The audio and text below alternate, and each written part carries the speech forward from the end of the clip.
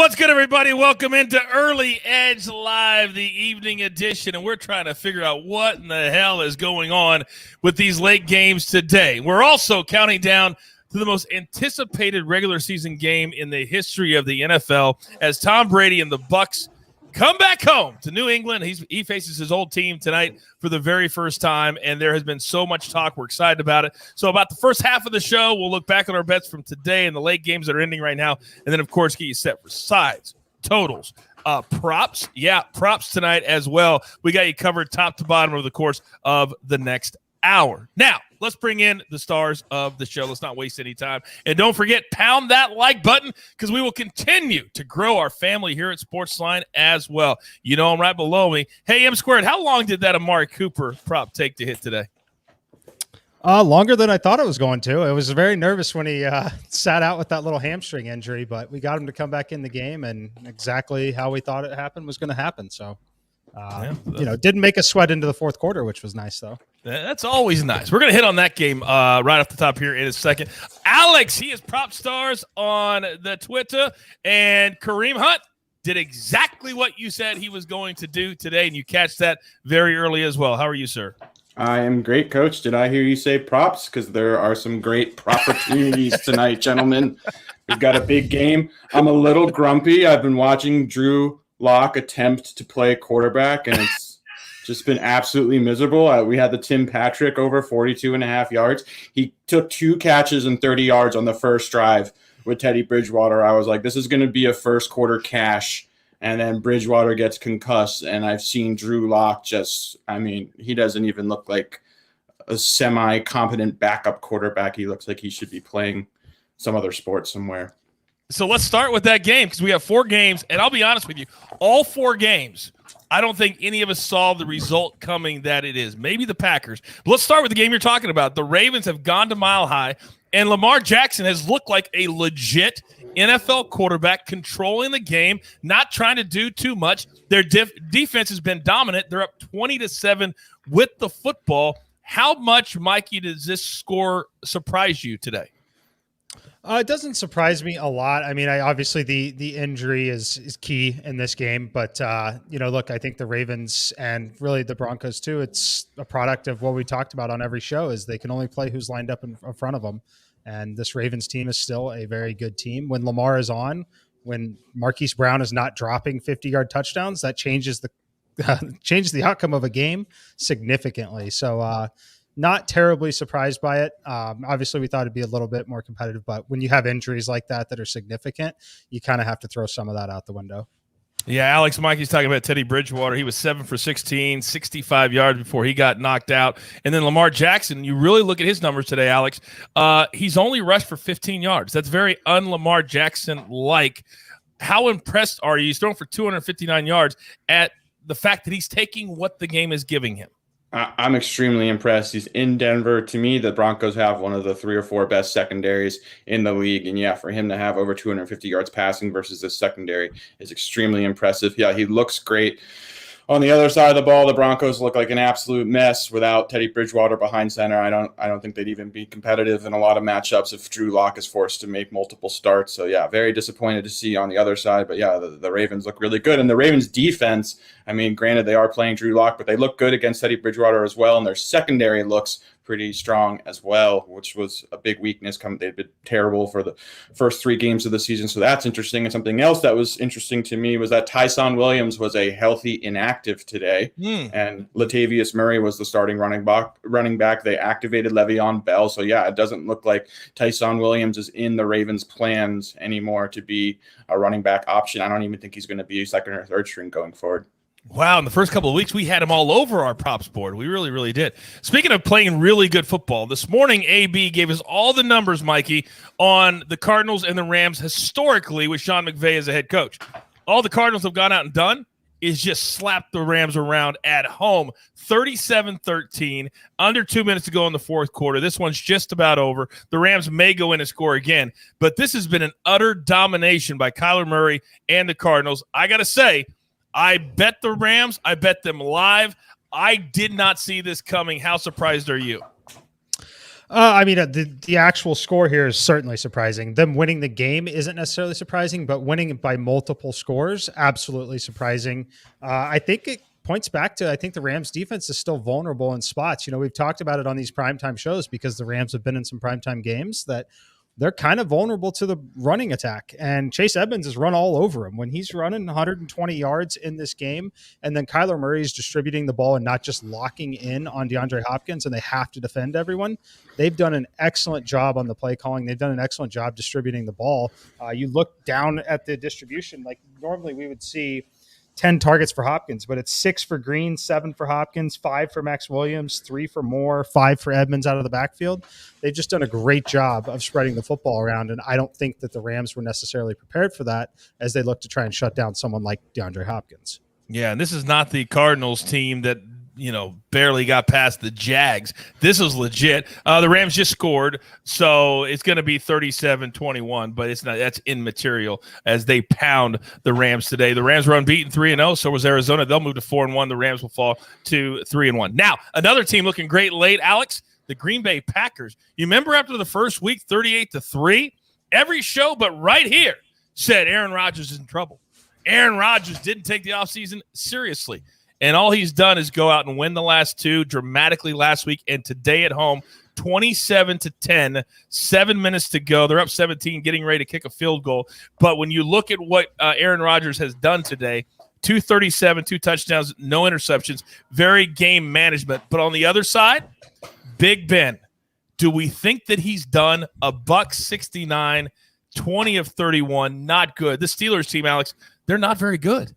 Yeah, I completely agree, Coach. Ben looks cooked to me. He has very minimal help. The offensive line is giving him very little time in the pocket. So, yeah, no one around him is doing many favors for him. The running game has just been completely ineffective all season long. You just cannot rely on a guy at that age, at this stage of his career, to put that type of load on his shoulders is just unrealistic. And yeah, with minimal help on the offensive line, it doesn't matter how good that defense is. You just cannot win football with that sort of formula. So yeah, I think the Steelers would be lucky at this point to even be a 500 team. On the other side, Green Bay is doing what I thought they would do, and I think we all thought they would do. After that letdown, week one, they responded. That's what you expect out of Aaron Rodgers. He is just money in the bank. He's looked hyper efficient. The Green Bay offense is spreading the ball around, and yeah, they look just as good as ever. I expect Green Bay just to continue being this good for the remainder of the season. All right, we have hit our first 100 likes. So at RD Lubsden, Ryan Lubsden, you are the newest member of SportsLine. You guys know it's the best value in all sports betting. We want as many people to belong as possible. Let's hit that like button. Let's get to 200. I'll give away 2 more. Mikey, as far from a betting perspective, when you're talking about Big Ben, the fact that his numbers are low across the board, obviously they're going to be adjusted, but you just can't touch anything the Steelers are doing right now because they're not being productive at all anywhere. What's the problem? Yeah, I mean, they're missing huge plays. They've had a couple big plays in this game, which is the reason that they have 10 points, frankly. But he's missed several of them. A healthy Big Ben right now, this team has at least 21 points in this game because they've had the opportunities, they've had the shots. Some of the wide receivers at times are getting more than enough separation. He's just missed on some of them, and he just isn't as mobile as he needs to be anymore. So right now, I think the sharpest look on these Steelers games is the under. So just not putting up enough points. They're getting into some terrible field positions. So I think that that's probably the sharpest look, going forward. Obviously, we'll see how quickly the books adjust and, where they're at. But I don't think you can count on this team to score more than, 17 to 20 points in any game. Yeah, we will most definitely be keeping our eyes on that as well. Okay, the fourth and final late game today, the Seahawks. Mikey, you were – let's be honest, you were the only one this morning that said that you see the Seahawks winning this football game. And right now, the 49ers just scored a late touchdown. They got the 2-point conversion. It's 28-21, but they'll have to get an onside kick. So it looks like the Seahawks will win this football game. And the 49ers, for the second straight week at home, are going to lose. And if they had any designs on winning their division, you can't lose 2 home games like this. What did you see today from Seattle that impressed you? Yeah, maybe honest with you, I didn't watch much of this one, unfortunately, but it looks like they've done a good job. The most interesting thing here is Alex Collins has 10 carries and Chris Carson has 13. They've obviously run the ball a lot, but Alex Collins being so involved there, I'm going to need to go back and understand maybe exactly why that's happening, because he's also involved in the passing game. Did Carson get hurt early? Does someone know that? I don't know if that's the case. If he didn't, then it's even more interesting that they're running both of them with that kind of usage. It tells you that Lockett's likely not healthy. But again, I honestly haven't watched the game enough to know what's going on with that one. It's one game I haven't had my eyes on yet. So. All right. We will. Alex, you have anything on this game before we get into the... I'm in the same boat as Mike. It is really interesting. What's surprising to me is looking at the score and seeing Seattle score 28 points and Russell Wilson only has 149 passing yards. You don't often see that. You would assume that he'd be airing the ball out more. But yeah, do we know the severity of Jimmy G's injury? Was it a concussion? I haven't seen yet. I haven't. Okay. Yeah, I was getting ready for the show. I don't know. But if we get an update here during the show or AB, if something comes across the wire, let us know, and we'll certainly pass it on to everybody at home. Keep pounding that like button also. We want to know, do you think the Bucs cover tonight? Give us a 1 in the comment section. Or do you think the Patriots at home, 6.5? It's very weird. We're going to get into it here in about 15 minutes on why the number has not changed. It's been at 6.5 the entire week, even though all of the bets are coming in on the Bucs. All right, guys, some earlier games today that really shocking the world. Let's start with the Jets. Jets knocked me out of my suicide pools for good today. I went against every rule I have of playing the Titans, no road team in the first 6 weeks in suicide pools, and I did it today. And again, Mikey, you were the only voice this morning on we had a comment about the Jets being a best bet, and I laughed at it. And you said, hey, if there was ever a spot, today would be the spot. And even though Derrick Henry had a big game, the Titans couldn't get the job done. How surprised are you the Jets ultimately won in overtime?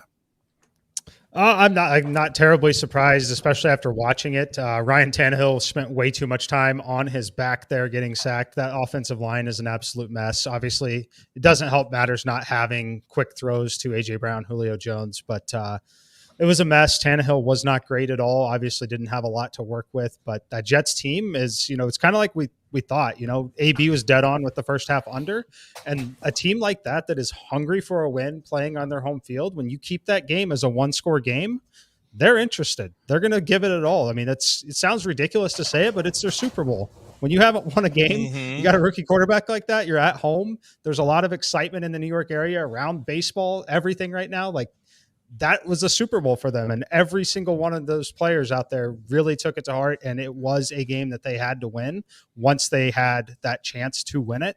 And that's what you saw on the field today. But if you look at from a props perspective, Alex, Ryan Tannehill went over his yardage prop 298. He only ran for 9 yards though. But Derrick Henry, we talked about it this morning on the show, and his number was 125 or 120? It was in the 120s. He went for 157 on 33 carries, and you said you can't go under because he's going to get a high usage rate. You were dead on, spot on again. Yeah, no, I mean, considering no Julio, no A.J. Brown, what else can you do? This guy is like the quintessential workhorse in the NFL. I anticipated him getting over 30 carries, ended up with 33, $150. Yeah, just riding everything on him. On the other side, I thought Zach Wilson showed some moxie. I've been bullish on Zach Wilson. I know he got off to a really poor start to start the season, but that was to be expected considering their schedule. Playing teams like New England in your first start is not an easy task. But yeah, I thought Zach Wilson looked good. He settled down. He had a rough first half, but yeah, this was encouraging for his development. Corey Davis had his big revenge game versus the Titans and ended up making some huge catches. So yeah, I was impressed with the Jets. All right, very good. So the Jets get their first win of the year. Zach Wilson gets his first win as a starting quarterback, so good for them. But the Titans, who a lot of people were bullish on this year, is not just being a playoff team, potentially being good enough to challenge some of the better teams like the Chiefs, like the Ravens, like these teams. But the way they're playing right now, that's just not the case. Now, a team that is surprising us, at least surprising me, how about those Dallas Cowboys? How about the Cowboys beating the Panthers 36-28? They covered today. Sam Darnold hit our interception prop, thanks to AB this morning. Dak Prescott way under his yardage prop, $188. He did go over his touchdown prop. He had 4 touchdowns today. Ezekiel well over his prop, 20 carries, $143. And then the play we had here on the show, Mikey, Amari Cooper, just 3 catches, so under the reception prop, but certainly went over the receiving yardage at 69. So a lot of things happened in this game. Yeah, it's not terribly surprising to me. I've been pretty high on the Dallas team since the week 1 of the season. Hasn't always gotten there the exact way that I thought it would. They continue to run the ball pretty much against anyone here other than the Patriots. And against the Patriots, they really just didn't even try to. So that offensive line is the real. And that offensive line and that offense, they're making their defense look good too, because they're not really all that often. They're not putting them in bad positions, which can really go a long ways to making a defense look good. And then what can you say about Diggs there? I mean, the turnovers that he's creating, this team is for real. They've been good. They're winning games that they are quote unquote supposed to win if they're a good team. And I think that they've set themselves up very, very well. And, outside of Michael Gallup, and since it looks like Amari Cooper didn't walk away with a big hamstring injury, knock on wood, but this team is actually pretty healthy. Yeah, and the only loss they have, they probably should have won. They lost to the Bucs in the first night of the season, but so far the Cowboys looked the part, and Dak Prescott is looking very much like an MVP. My man B. Ungido, or I'm butchering his name, but in the comments section said he played 3 plays from SportsLine today and hit all 3. We were also on the Cowboys as a show unit today, and obviously we hit on the Cowboys. So we've had a really, really good day, especially the early games. So thank you all so much for rolling with us because, as you know, we grind, we grind, we grind. Keep hitting that like button. We've now hit 200 likes, so we're changing 2 more lives. Here we go. At Tony Cobbs, and then at Jason Montana, at Dana Nerd Jason.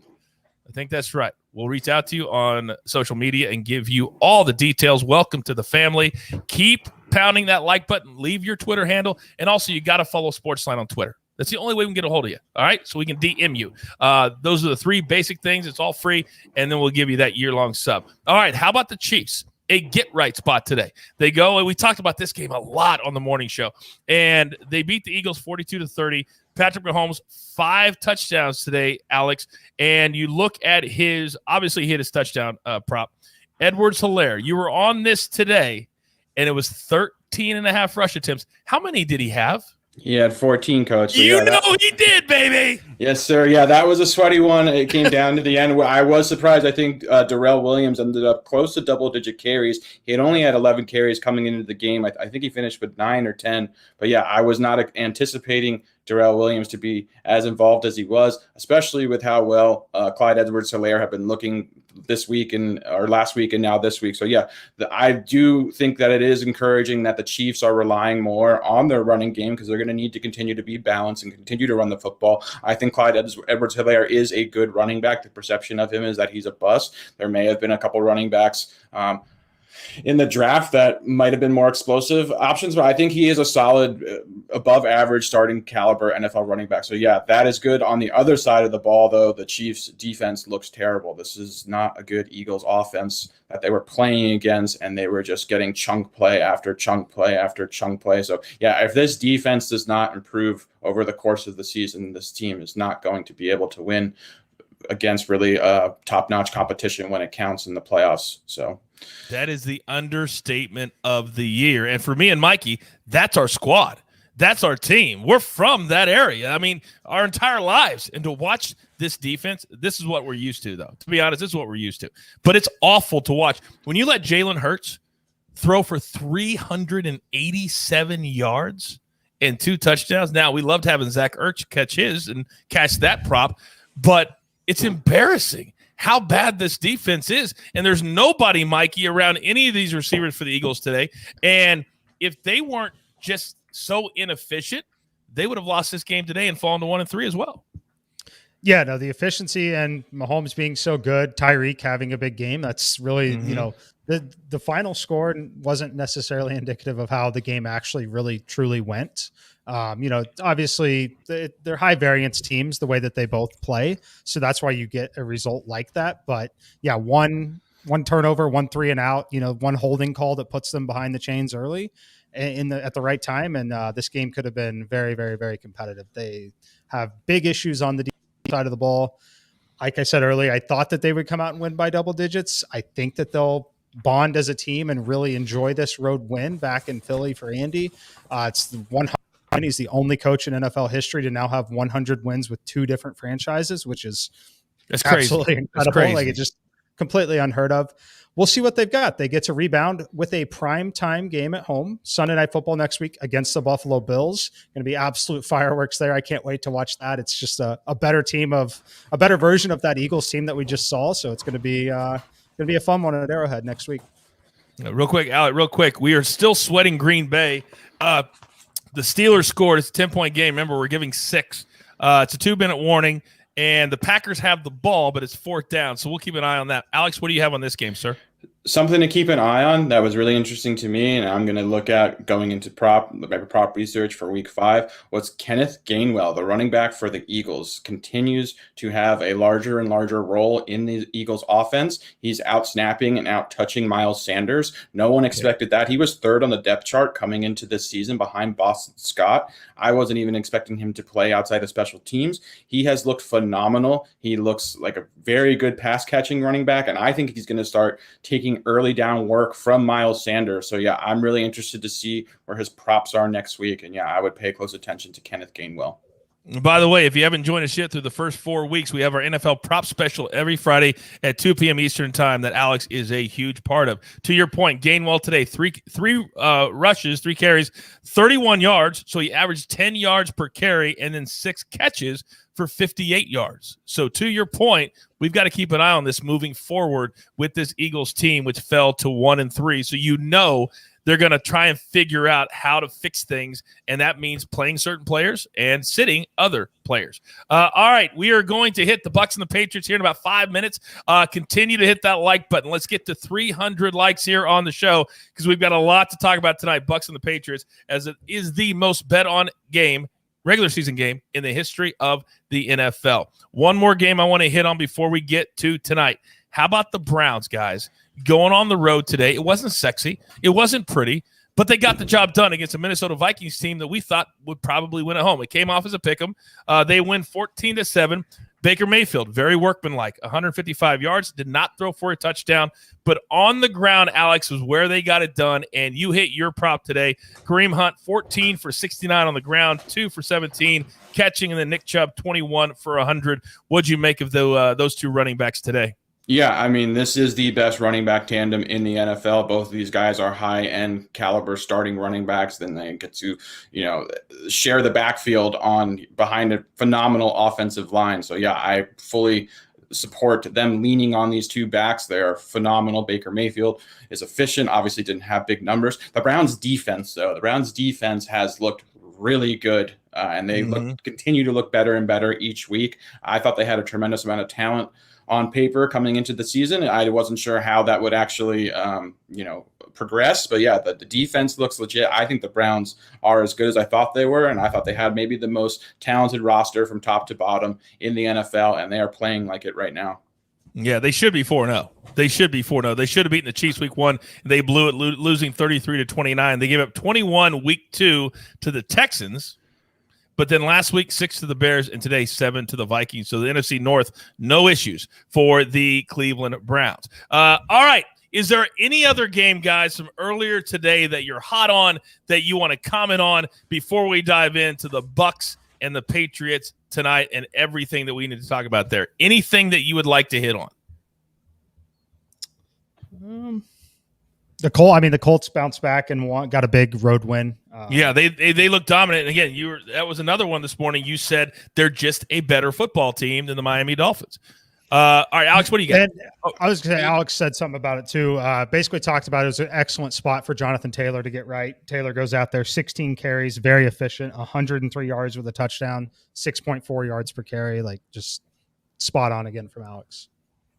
Thank you, Mike. Yeah, one thing I wanted to point out as far as the Cardinals and the Rams are concerned, Kyler Murray is not relying on his legs whatsoever. He is just chucking the ball. He has progressed as a passer. He has made huge strides throwing the ball, and that just makes that offense so dangerous with the amount of weapons they have outside, inside, 2 running backs that can play. Yeah, I think this Cardinals team is legit. They're 4-0 in a very competitive division. And yeah, this is a massive statement win. The fact that they're beating teams like this is incredibly impressive. There's been no letdowns yet. With a young team, you expect them to have a letdown, but yeah, they have been up for every game. They're closing games.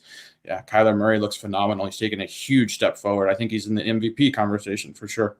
I think you're right. Alex, I've got bad news and worse news. Which one do you want? Hit me with the worst first, Coach.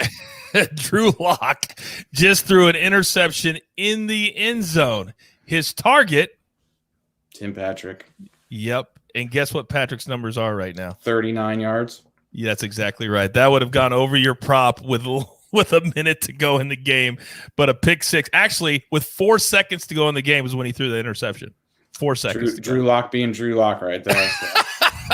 Drew Lock just simply being Drew Lock, and we're going to lose that prop by 3 yards.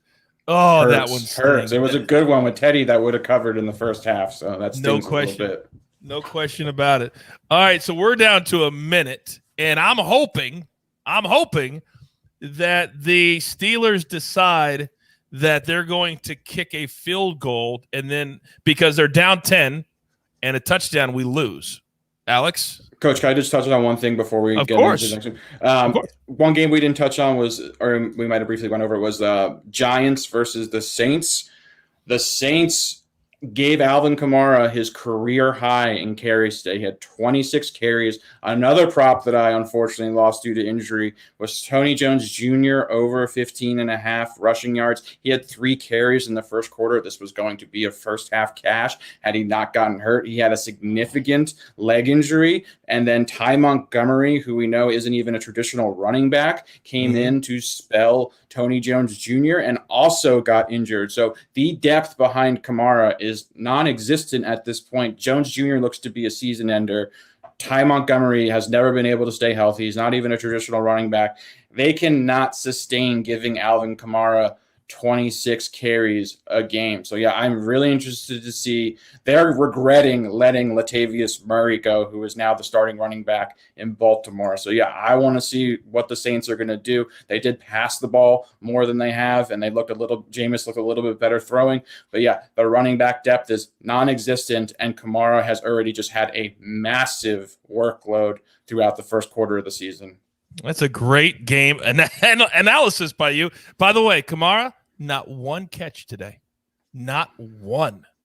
And he's usually dynamic out of the backfield. Not one today. All right, so Green Bay got the ball back. They run the clock out. They win 27-17, so we win that game as well. So we're having a really good day, guys, on sides, on totals, and obviously on props. Let's keep banging that like button. We're almost to 300. I want to give away 3 more subs to SportsLine because many of you know. I've seen you all in the chat. You understand how valuable SportsLine is, because you get all the information, you get all the simulations. We simulate every single game. For those of you that are new, 10,000 times. And then we give you the expected score. We give you the analysts. We give you the cappers. We give you everything. So pound that like button. Also, in the comments section, 1, do you think the Bucs will cover tonight? Or 2, put a 2 if you think the Patriots will cover at home and ruin the return of Tom Brady. All right, we are crossing the bottom of the hour. A new audience coming in. Welcome to all of you. This is Early Edge Live. He is Alex. He is M Squared. I am the coach. And we are counting down to the most anticipated game in NFL history in the regular season. So let's dive in. So the number, and this is where I want both of you to comment here. I don't know, because I learned from you guys that for 5 days or 6 days, it's been at -6.5. And we get all these numbers, 89% of the tickets, 89% of the money coming in on Tampa. Mikey, why has it not gone up?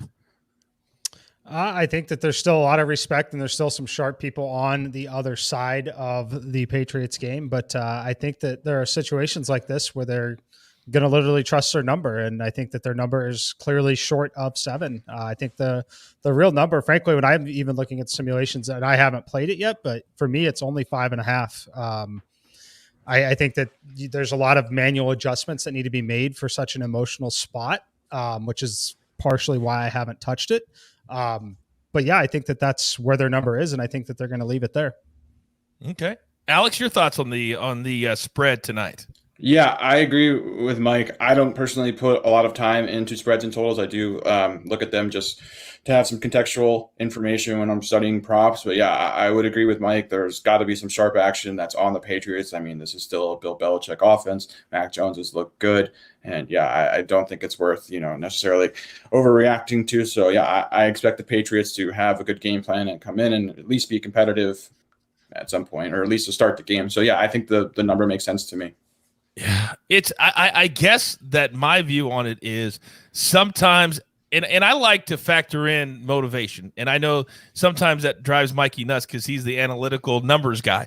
But tonight I feel like Tom Brady wants to lay it all out there, that Tom Brady wants to push the pedal down to the point that there is no debating on who was the reason why they won all those championships in New England. And to do that, I think he wants to come out and win 42-10. I think the defense wants to do their job for him, and I know their defensive backfield hasn't been good, but I just feel like this is one of those spots that the obvious bet is the bet to make. Your thoughts, Alex?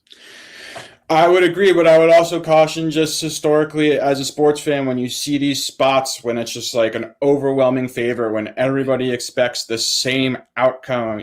I can't tell you how many times that doesn't happen. You can't tell me that like the Patriots are sitting there just going to get rolled over. They're not, this is a professional football team that's extremely well coached from top to bottom, still has a lot of talent, an excellent scheme, and they know Tom Brady. Obviously, they know his tendencies. So, yeah, this is going to be a scheme that's designed to slow him down. They know his strengths and obviously not a lot of weaknesses. But, yeah, this is still going to be, an NFL team against Tom Brady. It's hard for me to just see everything going according to plan and just the Bucs coming in and just smoking this team. So yeah, I'm erring very cautiously as far as it's concerned. Yeah. What about Mac Jones? To your point, I completely understand it. I get it. And there's a million examples of what you're talking about. Absolutely.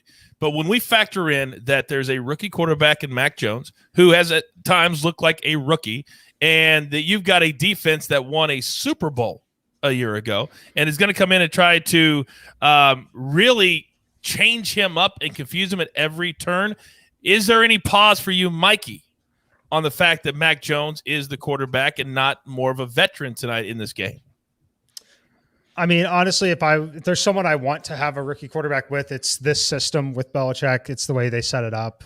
They set it up for success, like way more than any other franchise really in the history of the NFL has done. The other thing we got to continue to point out is like, this is a home game. Like they get to play at home in primetime. Mm-hmm. Laying 7 points on the road in primetime is just like that. That's a lot of points in this league. You see it all the time. You see backdoor covers come in all the time. Tampa could be completely in control of this game and still not cover that number. So I'm not terribly worried about Mac Jones. I think that he has very capable weapons. I think he's, the thing that we have to account for with a rookie too is each week that he gets to play, like that's a significant portion of his life in the NFL. Like every week that he goes through, like traveling with the team, every week that he goes through coming back home, being home with the team, practicing, preparing for games, we expect him, especially in an organization like this, to continue to get better. So you could be very wrong. That's why I haven't bet it, frankly. The model says that I should be on the Patriots, especially if I can get it at 7 or 7.5. But it's very difficult to account for the emotion in this game. So I haven't played it just yet. If you want to blindly follow the simulations, it'll tell you that you should be on the Patriots +7. Just as I pointed out, 7 points in prime time on the road is a ton in this league. And let's not forget, what did the Rams just do today at home? They got destroyed. And this is the team that Rams team made this Patriots team look silly last week. That's very true. Alex, what do you got? Yeah, I think Mike is spot on, especially regarding Mac Jones. Bill Belichick is going to put Mac Jones in a position to be successful. He's not going to put him out there and have him like driving the ball down the field and taking unnecessary risks. He's going to scheme open passes for him, close to the line of the scrimmage, high percentage type throws. So yeah, on the other side, he's also playing against an absolutely terrible secondary that has just been Swiss cheese, has not been able to stop anyone. They are banged up. They're decimated with injuries. They're taking Richard Sherman, who's been with the team for 3 days, and he's starting tonight. They're missing Jamel Dean, Sean Murphy, Bunting. So, yeah, this is an advantageous matchup for Mac Jones. No one's expecting them to win, and he's got maybe one of the most brilliant football minds in NFL history who's going to put him in a position to be successful. So I expect them to move the ball against this Bucs defense. All right. We have somebody in the comments section that said they used all the data from SportsLine for all the games today, up 14 units, because that's just what we do. That's just simply what we do. Now, what is the total sitting at right now on this game as we speak, if we could find that out, because I know it's been hovering. And do we have that, AB, the total right now? I guess I could look. Last I checked, it was 54.5. But okay, let's go with 54.5. Let's take that total, and then we'll hit the props in about in about 3 minutes, because I know that. And I want you all to start throwing in the props that you are curious about in the comment section. I'll write them down. We'll just rip through as many as we possibly can. That total 54.5. I don't even know. I haven't even thought about the total, to be honest, because I was so bullish about the side. Mikey, your thoughts on the total? Yeah, I just want to point out the total is 49.5 for this game. I'm not sure it was ever that high. I think that was the other game. The Rams and Rams and Cardinals, and then As far as my thoughts on the total, I personally would lean towards the under here. I think the Patriots are going to try to slow this game down as much as they can as well. It's a good thing you do when you're at home in prime time. You want to shorten the game as much as possible. Frankly, you want to keep Tom Brady off the field as much as possible. So if they're able to move the ball against this secondary, against this team, I think they're going to look to sustain some drives, and I think they're going to run some clock in this game, frankly. So I personally like the under here. Even if you think it's an absolute rout and an absolute blowout, I would also lean towards the under, because if it's for the scenario for it to be an absolute blowout, you're looking at 10 points or less for this Patriots team. Yeah. 35-10. You can see that happening if it goes that way. Kelsey makes a good point in the comments section. Coach, some people don't know how to hit the like button. So here's the deal. We have over 800 people. We have a really big audience right now watching. We haven't even got to 400 likes yet. Here's what you have to do. If you're in the comments section, just take the comments down for a second. Hit the like button. You can only hit it once, and then put the comments right back up, and you can come back in and talk with us. But it's very, very important. We get all those likes so we can give away as many as possible, and it helps our show up better in the YouTube algorithm. It would take a long time to explain, but it's just really important for us and many of you who are helping us grow, and we appreciate that so very much. All right, Alex, we have reached that time. Your favorite time of every show where we start talking props. And there are a million different props to play tonight. Now, as I collect a few from the comments section, is there anything that you have your eye on already for tonight in this game? Yeah, so I put out 2 props in this game. Both have had significant line movement, but I will discuss them. The first one was Jacoby Myers over 58.5 receiving yards. I'm not currently sure what the number or what the present number is. I want to say it's 63. I've seen it as high as 65.5. But yeah, I like Jacoby Myers over 58.5 receiving yards. He has led the targets and led the Patriots in targets for 3 straight games. He's coming off his first season game where he's had high volume in the passing attack. He had 14 targets last week that he turned into 9 catches for 94 yards versus the Saints. James White, as we know, is on injured reserve, out indefinitely. He was second on the team in targets, which would create even more opportunities for Jacoby. They'll face a Bucs D that is 32nd out of 32nd in opponent passing yards allowed per game. They give up 340 passing yards per game. The Bucs secondary is playing poorly, missing multiple starters. We just mentioned it recently. Richard Sherman was signed like 3 days ago, and he's going to be starting. So Tampa Bay's rush defense is also elite. Teams do not run the ball versus them. They're so good that teams game planning don't even attempt to rush the ball against them. Opponents average the 4th fewest opponent rushing attempts per game versus this Bucs defense. So, yeah, I like Myers a lot. He runs a lot of high percentage routes in this offense. He plays the slot, which historically is a very productive position in a New England offense. You look back to Wes Welker, Julian Edelman. He's the next line of that guy, and Mac has shown tremendous chemistry with him. So, yeah, I absolutely love this prop. I would play it comfortably up to 63 maybe 62.5. I'm not sure again what it's at 64.5 right now. 64.5. I'd probably skip it there, or if you're feeling a little bit risk tolerant, you could scale down, maybe go half a unit on it. So yeah, that is a prop that I love. Another prop that I love that I gave out that has had even crazier line movement. This was in my column, which you guys should all read. It's on SportsLine. People ask me where it is. Just hit the analysis button, then you'll be able to find it. But yeah, Antonio Brown, I gave this out at 45.5. What is the number now, Coach? Do you have that in front of you, or Mike? Say that to me in which one? Antonio Brown's receiving. 59.5. 59. So I gave this out of 45.5. So this is why it pays to read my article on SportsLine. So yeah, you would have had this at 45.5. Pretty awesome closing line value. But yeah, I'm all over AB tonight. I mean, that's just such a low number for him. All the attention this week is obviously on Tom Brady's return to Foxborough. This is also a return for Antonio Brown. I know he didn't play in Foxborough. Well, he played one game for the Patriots, but it was in Miami, I believe someone pointed out to me. But yeah, this is also a return for him. Tom Brady has campaigned to bring Antonio Brown with him everywhere he's gone, obviously in New England and now in Tampa Bay. They were living together at one point, or they may even be currently still. He has just kind of been Tom Brady's like pet reclamation project. Antonio Brown had a phenomenal week 1 versus Dallas. We saw him. I think he had over 100 receiving yards in the first half alone. He was absolutely electric.